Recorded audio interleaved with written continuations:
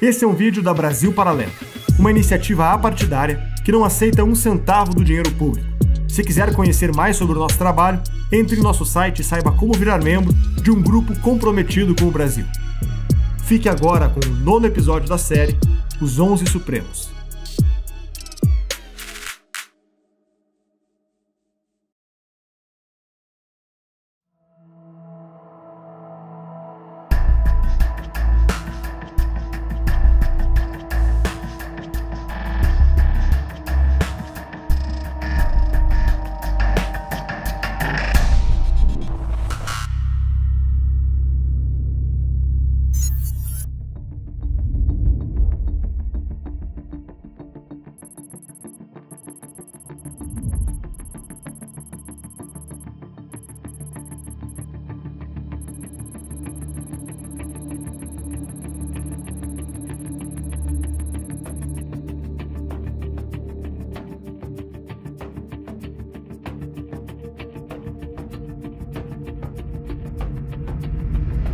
Celso de Mello é o ministro mais antigo da atual composição do STF, conhecido como o decano da corte.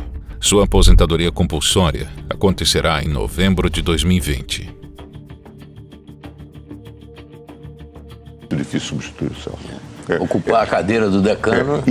E eu diria para uma pessoa que queira substituir o Celso, cresça muito, porque de fato a comparação será inevitável. A cultura gigantesca de Celso conhece a história como ninguém. Fala da história do Brasil, fala da história mundial, fala das instituições. Sabe citar a Constituição do Império com a Constituição da Primeira República e faz comparações. Isto de improviso. É um sujeito, de fato, super alfabetizado na Constituição. Portanto, isso é um grande desafio, uma grande responsabilidade de quem vai indicar, de quem será o indicado. Celso de Mello se graduou pela USP em 1969. Durante os estudos, morou na pensão do seu Abelardo, onde foi colega de teto de José Dirceu por 5 anos. Segundo Celso, embora morassem juntos, os dois nunca foram amigos. Iniciou sua carreira ingressando no Ministério Público em 1970, classificado em primeiro lugar no concurso de provas e títulos. Sua atuação como promotor ganhou notoriedade por seus ideais progressistas e suas duras críticas à ditadura militar. Celso de Mello teve suas movimentações observadas pelo Serviço Nacional de Informação em 2 ocasiões. Como promotor, elaborou um parecer para licenciar uma diretoria estudantil, que a ditadura militar considerava subversiva. O segundo episódio foi um discurso proferido na inauguração do Fórum de Osasco, onde fez fortes críticas ao Ato Institucional número 5, que ainda estava em vigor na época.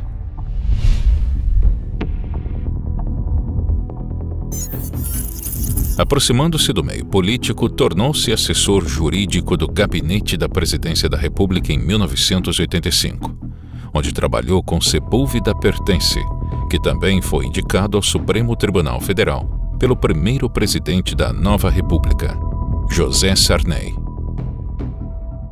No ano seguinte, foi nomeado secretário-geral na Consultoria Geral da República, sob o comando do deputado e jurista Saulo Ramos.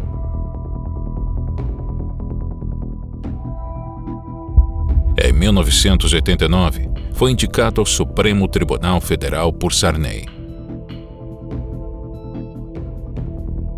Em seu livro de memórias intitulado Código da Vida, Saulo Ramos descreve um telefonema que teve com Celso de Mello sobre uma votação envolvendo José Sarney. Sarney queria disputar uma vaga no Senado pelo Amapá em 1991. Mas sua candidatura foi impugnada e o caso foi parar no STF. Celso foi o último ministro a votar, e Sarney já tinha recebido votos suficientes em favor de sua causa. Mas mesmo assim, Celso votou contra Sarney. Espera um pouco, deixe-me ver se compreendi bem. Você votou contra o Sarney porque a Folha de São Paulo noticiou que você votaria a favor? Sim. E se o Sarney já não houvesse ganhado quando chegou sua vez de votar? Nesse caso, votaria a favor? Exatamente. O senhor entendeu? Entendi. Entendi que você é um juiz de merda.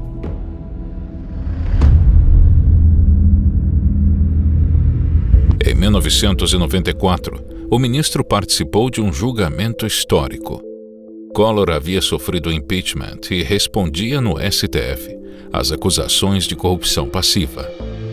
Celso de Mello votou com a maioria na absolvição do ex-presidente, entendendo que não havia provas suficientes para justificar a condenação. Ainda na década de 90, o ministro causava desconforto em seus pares ao defender causas como o aborto, consideradas progressistas.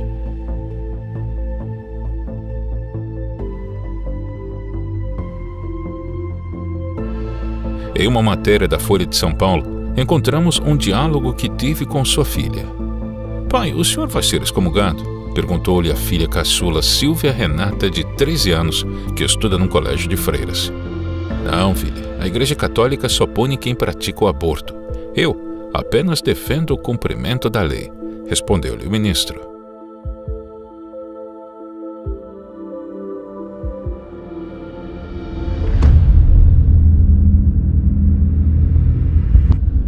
Anos mais tarde, no julgamento do Mensalão, o ministro votou pela condenação dos principais nomes do esquema. Em mais de 44 anos de atuação na área jurídica, primeiramente como membro do Ministério Público Paulista e depois como juiz do Supremo Tribunal Federal, nunca presenciei caso em que o delito de quadrilha se apresentasse, a meu juízo, tão nitidamente caracterizado em todos os seus elementos constitutivos, como sucede no processo ora em julgamento. Formou-se, senhor presidente, formou-se na cúpula do poder, à margem da lei e do direito, e ao arrepio dos bons costumes administrativos, um estranho e pernicioso sodalício, constituído de altos dirigentes governamentais e partidários, unidos por um comum desígnio, por um vínculo associativo estável que buscava conferir operacionalidade, execuibilidade e eficácia ao objetivo espúrio por eles estabelecido: cometer crimes nada mais ofensivo e transgressor da paz pública do que a formação de quadrilha no núcleo mais íntimo e elevado de um dos poderes da República, com o objetivo de obter, mediante prática de outros crimes, o domínio do aparelho de Estado e a submissão inconstitucional do Parlamento aos desígnios criminosos de um grupo que desejava controlar o poder.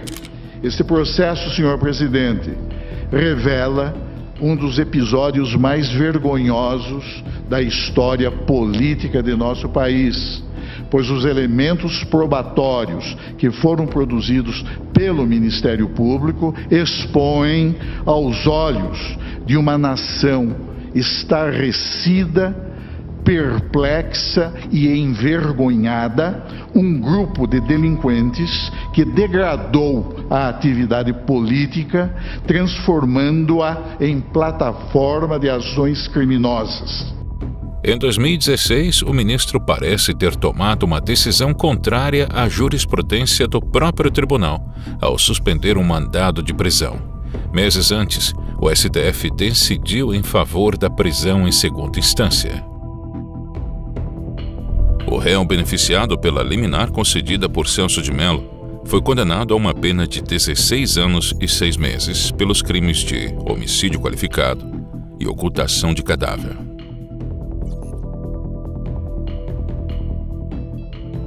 Este criminoso matou o sócio dele em 2009 numa boate em Belo Horizonte. Não conseguiu se livrar do corpo. o corpo começou a cheirar mal. Dias depois foi descoberto o corpo e o assassinato. Em 2015, 6 anos depois, o Tribunal do Júri de Minas Gerais condenou esse cara a 16 anos de prisão.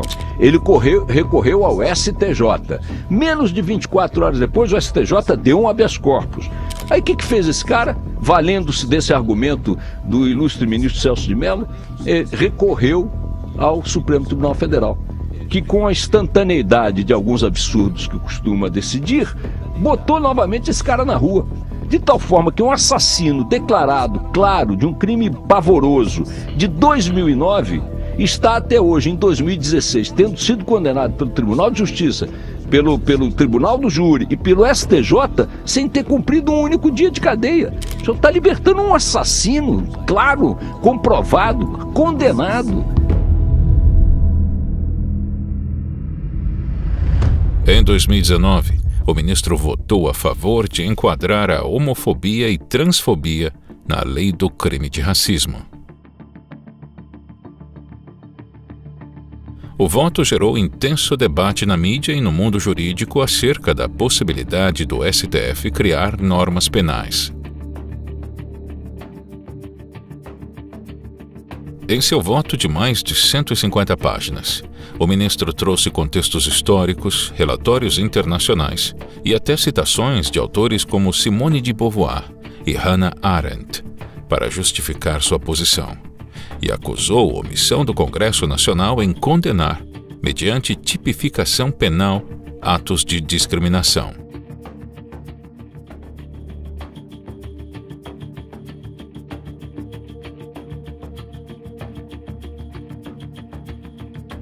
O ministro Celso de Mello, do Supremo Tribunal Federal, votou para estabelecer que crimes cometidos em razão de homofobia ou transfobia sejam tipificados como racismo. Os homossexuais, os transgêneros e demais integrantes do grupo LGBT têm a prerrogativa, como pessoas livres e iguais em dignidade e direitos, de receber a igual proteção das leis e do sistema político-jurídico instituído pela Constituição da República. O Executivo executa, o Judiciário julga, o Legislativo legisla. O senhor quer exercer a função do Legislativo.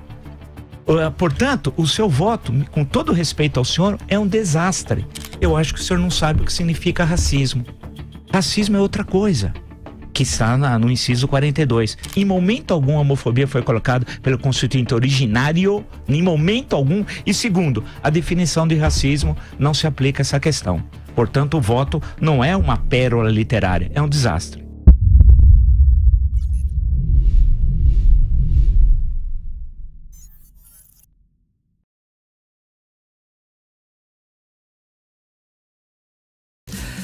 O STF liberou investigação sobre as acusações de Sérgio Moro ao presidente Jair Bolsonaro. Acompanhe com a Luciana Verdolim.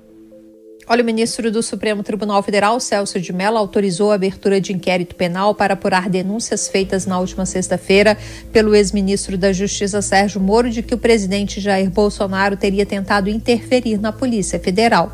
O ministro determinou que sejam apurados crimes de falsidade ideológica, coação no curso do processo, advocacia administrativa, prevaricação, obstrução de justiça, corrupção passiva, denunciação caluniosa e crime contra a honra.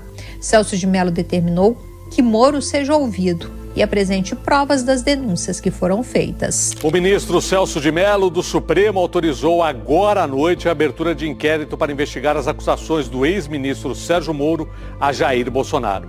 Nós vamos agora a Brasília com Alex Guzmão, que tem todos os detalhes. Boa noite, Alex. Boa noite, Sérgio. Celso de Mello concordou com o pedido feito pelo Procurador-Geral da República. Segundo Augusto Aras, é preciso investigar a suposta prática de crimes como falsidade ideológica, obstrução de justiça e corrupção passiva privilegiada. O ex-ministro da Justiça e Segurança Pública, Sérgio Moro, que acusou Bolsonaro de interferência política na Polícia Federal, será ouvido. Se não comprovar o que disse, pode ser denunciado por calúnia. Em vídeo gravado por apoiadores, o presidente disse que Moro terá que provar o que falou. Após a abertura de inquérito contra o presidente Jair Bolsonaro, o ministro decidiu tornar pública a gravação da reunião ministerial apontada pelo juiz Sérgio Moro como prova de que o presidente estava cometendo um crime de interferência. O ministro do STF, Celso de Mello, derruba o sigilo do vídeo da reunião ministerial de 22 de abril. O objetivo era comprovar se o ex-ministro Sérgio Moro tinha razão ou não ao afirmar que o presidente Jair Bolsonaro tentou interferir politicamente em investigações da Polícia Federal. Mas o vídeo da reunião revela muito mais. Entre muitos palavrões e insultos, Bolsonaro diz que a ação de governadores para combater o coronavírus tem razões ideológicas. O que os caras querem é a nossa hemorroida. É a nossa liberdade. O ministro da Educação, Weintraub, defende prisão para integrantes do Supremo Tribunal Federal. Eu, por mim, botava esses vagabundos todos na cadeia, começando no STF. Vamos lembrar que aquela reunião não era para ter vindo a público. Todos queriam que fosse exposto o vídeo na íntegra, que a maioria viu ali é uma equipe patriota, sincera, preocupada com o país. É isso que ficou claro. Eu acho que reuniões em privado são reuniões em privado. Tem muita gente que quer transparência e ignora que transparência na íntegra não existe quando se trata de governo, aliás, de nada. Você tem reuniões onde você trata de assuntos delicados e de forma diferente porque não tem um filtro diplomático para o que vai sair a público. Esse Supremo Tribunal Federal, Arcon, não goza de credibilidade perante a população. Isso é um fato. E não é por menos. Um Supremo que tem Lewandowski, Toffoli, Gilmar Mendes e que faz as coisas que faz, com decisões monocráticas, que rasga a Constituição inúmeras vezes em vez de ser o guardião dela, é óbvio que ele vem minando a confiança do povo. Hoje em dia é o maior fator de insegurança política e jurídica no país. No mês seguinte, Celso de Mello enviou para alguns contatos próximos uma mensagem que gerou repercussão na mídia e nas redes sociais. Na mensagem, o ministro comparou a atual situação do Brasil com a da Alemanha nazista e fez uma analogia de Bolsonaro com Hitler, já que ambos tinham sido eleitos pelo voto popular, mas acabaram impondo um regime totalitário. Na mensagem, Celso de Mello disse: guardadas as devidas proporções, o ovo da serpente, a semelhança do que ocorreu na República de Weimar, de 1919 a 1933, parece estar prestes a eclodir no Brasil. É preciso resistir à destruição da ordem democrática para evitar o que ocorreu na República de Weimar, quando Hitler, após eleito por voto popular e posteriormente nomeado pelo presidente Paul von Hindenburg, em 30 de janeiro de 1933 como chanceler, primeiro-ministro da Alemanha, não hesitou em romper e em nulificar a progressista, democrática e inovadora Constituição de Weimar, impondo ao país um sistema totalitário de poder, viabilizado pela edição em março de 1933 da lei nazista de concessão de plenos poderes, que lhe permitiu legislar sem a intervenção do parlamento germânico. Ele fica dizendo agora que é uma manifestação pessoal, mas desde quando o ministro do Supremo pode escrever um negócio desse e dizer que é a opinião dele só? Como separar o Celso de Mello que escreveu do ministro? Nós, que não estamos aí nesse manifesto nem a favor do Celso de Mello, nós somos o quê? Os nazistas, o partido nazista. Então como é que ele faz uma coisa dessas e continua julgando processos envolvendo os nazistas, que só existem na cabeça dele? É um absurdo que um decano, que o ministro do Supremo Tribunal Federal mande uma mensagem de grupo comparando o presidente da República com 58 milhões de votos quase, sem nenhum ato autoritário feito pelo governo. Pelo contrário, vem tentando diminuir o tamanho do Estado, privatizar empresas, mantém a liberdade de imprensa, tudo funcionando, respeita as regras, inclusive absurdas da Constituição, que vem do Supremo, que rasga a Constituição, e esse ministro compara a Hitler, o presidente da República, sendo que há um grau de hipocrisia enorme aí, né? Veja que quando vazou uma conversa fechada né, dos ministros, tudo, aí esse ministro, Celso de Mello, que autorizou o vazamento, a publicação, a divulgação, fala que é transparência e tudo mais. Quando ele manda uma mensagem, ele fala que aquilo não é o STF, é uma coisa privada, não era para ser tornada pública. Então mostra já o duplo padrão.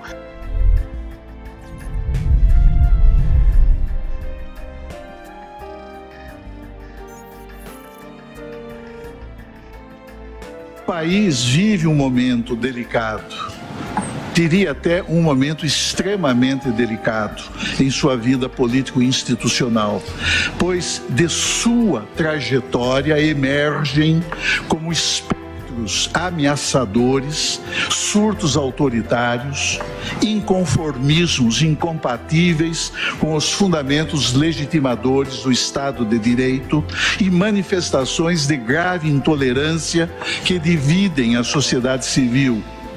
Todos eles agravados pela atuação sinistra de delinquentes que vivem na atmosfera sombria e covarde do submundo digital, em perseguição a um estranho e perigoso projeto de poder, cuja implementação certamente comprometerá a integridade dos princípios que informam e sobre os quais se estrutura esta República democrática e laica. Decano do Supremo Tribunal Federal, o ministro Celso de Mello, chamou de ódio cego, visceral e patológico a publicação nas redes sociais da advogada gaúcha Cláudia Teixeira Gomes. Para Celso de Mello, a conduta da advogada constitui delito de incitação pública a crime e ela pode ser alvo de ação penal.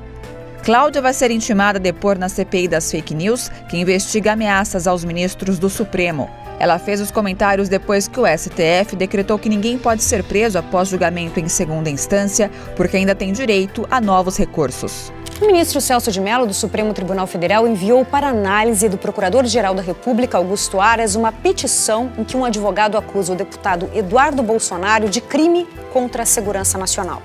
Na ocasião, Eduardo defendeu a suspensão do inquérito das fake news. Eu até entendo quem tenha uma postura mais moderada, vamos dizer. Mas falando bem abertamente, a opinião do Eduardo Bolsonaro não é mais uma opinião de si, mas sim de quando isso vai ocorrer.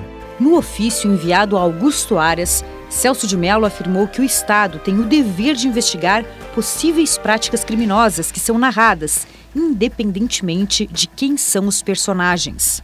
É instrumento do parlamentar o parlar, o falar, né? E essa atitude do ministro Celso de Mello vai na contramão do ofício de um deputado. Porque não pode um deputado ficar com medo de falar, expressar a sua opinião. O ministro do Supremo Tribunal Federal, Celso de Mello, voltou a alertar sobre a possibilidade da implementação de um regime autoritário no Brasil. Enquanto houver cidadãos dispostos a submeter-se ao arbítrio, sempre haverá vocação de ditadores. É preciso resistir com as armas legítimas da Constituição e das leis do Estado brasileiro. É inconcebível, senhora presidente, senhores ministros, que ainda sobreviva no íntimo do aparelho de Estado brasileiro um resíduo de forte autoritarismo.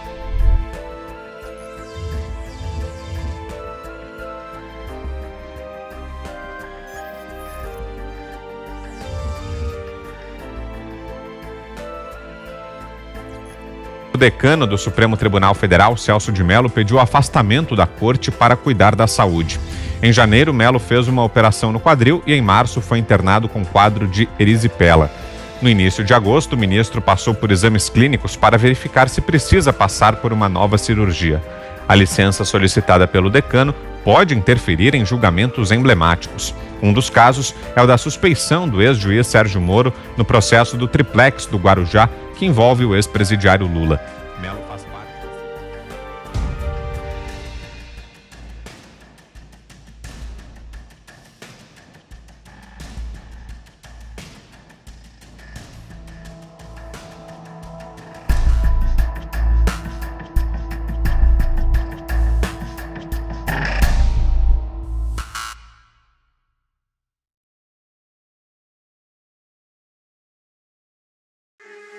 Esse é um vídeo da Brasil Paralelo, uma iniciativa apartidária que não aceita um centavo do dinheiro público. Se quiser conhecer mais sobre o nosso trabalho, entre em nosso site e saiba como virar membro de um grupo comprometido com o Brasil.